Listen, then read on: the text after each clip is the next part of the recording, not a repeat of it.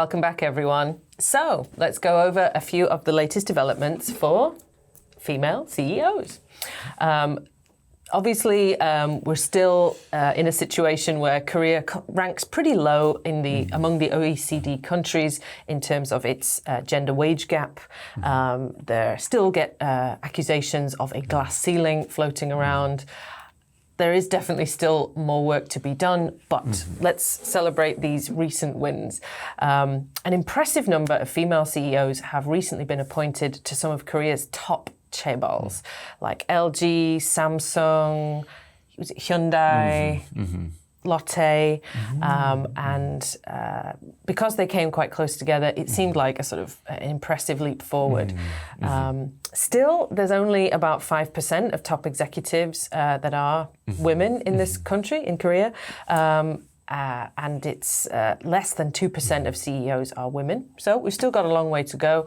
But again, we've got those trailblazers now. We've got women taking up high-powered positions, hopefully inspiring other women to dream big and inspiring other companies, to take that step and actually promote those women who probably really deserve it. Yeah. Don't be afraid. They're going to do amazing. I'm totally sure of it. Yes. So yeah. A small win, but still a win. Still a win. And hopefully one win in a series of them. Hopefully. Yeah. What qualities make a good CEO? Some countries, you need to be a male. Just joking. just joking. Generally, yes. Generally, yeah. I would say the ability to communicate correctly. I think there's a lot of CEOs out there that forget that their decision-making is not intuitive, and there may need to be some communication down the line and to the public. Being a good listener, being open to listening to anyone, and then finally a good delegator.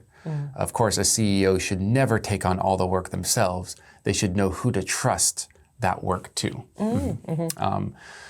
And they should trust that to people who are qualified, not people who are friends. That's my opinion. However, it seems like good CEOs typically do trust qualified people. And if it's a qualified friend, that's also fine. Yeah. Trust those who bring you good results. Not those who tell you you're amazing. I love you, you're amazing. I love you, you're amazing. Yeah. It's easy to get lost in the sauce on that one, but you have to stay objective. Even if you feel like you owe someone, you're like, yeah, but do I owe you my company? And that's a little bit different. Do you feel like women have a different style than men when it comes to leadership? Possibly. Although, I guess of the last 10 years, I've only had 2 female CEOs, and they had completely different styles. Pagoda's current CEO and Pagoda's previous CEO, both women, both running the same company essentially, but both completely different when I met them. So I know that's only 2 women, but those are the 2 women I know in management, of top level CEO management, and they did not have the same style. Yeah, I've heard of like having different management styles, but from everyone among friends, family that I talk to who have had experiences with women in the workplace, in leadership positions in the workplace, CEO or below, it really just seems like a case by case. Some are really hard and strict, some are softer, some are, bend the rules easily, some don't. Some are attentive, some are withdrawn, micromanaging, or absent even. So it really feels like a case by case. So I don't know. I do remember though, I read a study on people assessing leadership styles, and I think they did some survey of all the top CEOs in the world at that time, of all like the Fortune 500 companies, and they were all above 6'2" or something, or like a stupid percentage, like 80% of them were really, really tall.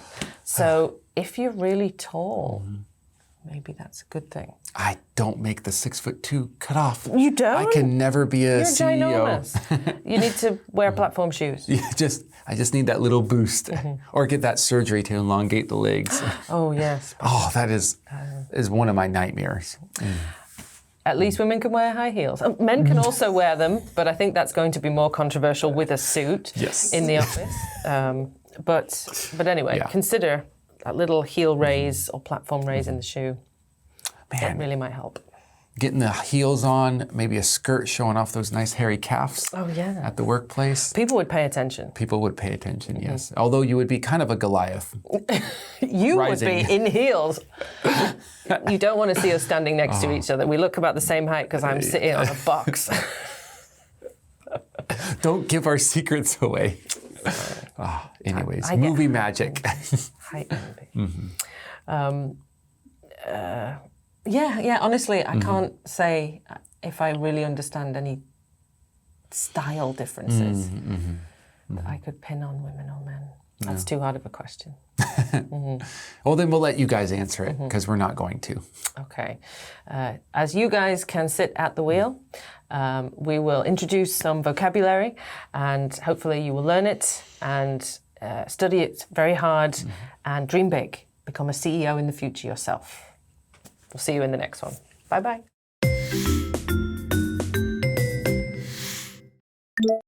Break the glass ceiling. Break the glass ceiling. At the wheel. At the wheel. Goliath. Goliath. Battered. Battered. Poultry. Poultry.